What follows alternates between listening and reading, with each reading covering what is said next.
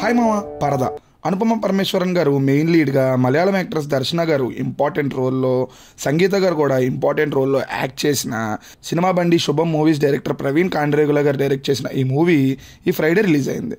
Cinema మీద hype లేకపోయినా director cinema బండి డైరెక్టర్ అవటం వల్ల మంచి సినిమా అవ్వచ్చేమో అనే హోప్తోనే రిలీజ్ అయిన ఈ మూవీ చూశాను మామ.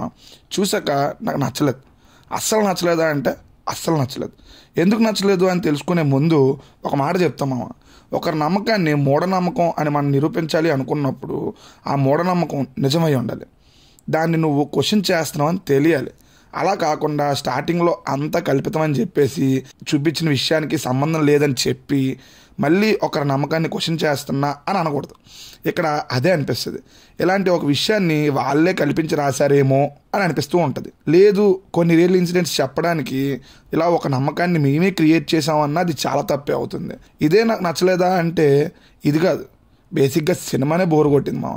ముందుగా స్టోరీలోకి వెళ్తే, సుబ్బు వాళ్ళ ఊర్లో జ్వాలమ్మ అనే అమ్మవారి శాపం వల్ల ఆ ఊరు ఆడవాళ్ళకి పిల్లలు పుట్టాలి అంటే ఆ అమ్మాయిలు వాళ్ళ ఇంట్లో వాళ్ళకి తప్ప బయట వాళ్ళు ఎవరికి వాళ్ళ మొహం చూపించకుండా పరదా కప్పుకొని బ్రతకాలి. కానీ ఒకరోజు అనుకోకుండా సుబ్బుకి తెలియకుండానే తన ఫోటో మ్యాగజైన్లో పడిపోతుంది.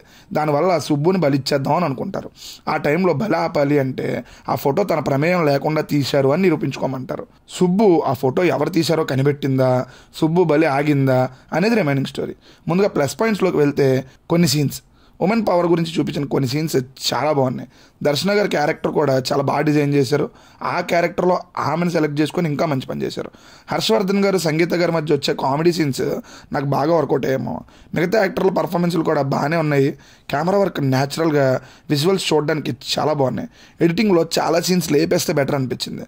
బోర్ కొట్టే సీన్స్ చాలా ఉన్నాయి మా మూవీలో.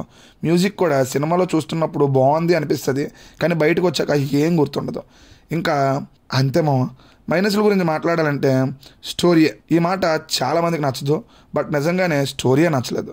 ముందు ఇచ్చిన ఎక్స్ప్లెనేషన్లోనే దాన్ని డీటెయిల్గా చెప్పాను. అండ్ స్క్రీన్ ప్లే చాలా బోరింగ్ అనిపించింది.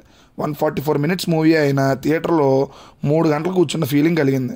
కొన్ని సీన్స్ ఉంటాయి, బలవంతంగా ఇరికిస్తున్నారేమో లేదా ఎక్కిస్తున్నారేమో అనిపిస్తుంటుంది.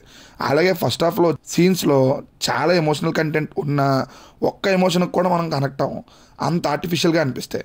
అందరి క్యారెక్టర్ డిజైన్స్ చాలా ఫేక్గా ఉంటాయి. సీన్స్ కూడా ప్రెడిక్టబుల్గా ఉంటాయి. సినిమా క్లైమాక్స్ ఏంటో దర్శన గారిని అనుపమ గారిని కలిపినప్పుడే మనకు అర్థమైపోద్ది. ఓవరాల్గా నాకైతే సినిమా నచ్చలేదు, బట్ అందరికీ నచ్చదని చెప్పను. ఇది నా ఒపీనియన్ మాత్రమే. కొంతమందికి నచ్చే సినిమానే. చూస్తానంటే ట్రై చేయండి. ఫ్యామిలీతో అయితే చూడొచ్చు. మళ్ళీ ఇంకో రివ్యూతో మళ్ళీ కలుద్దాం. బాయ్ మామ.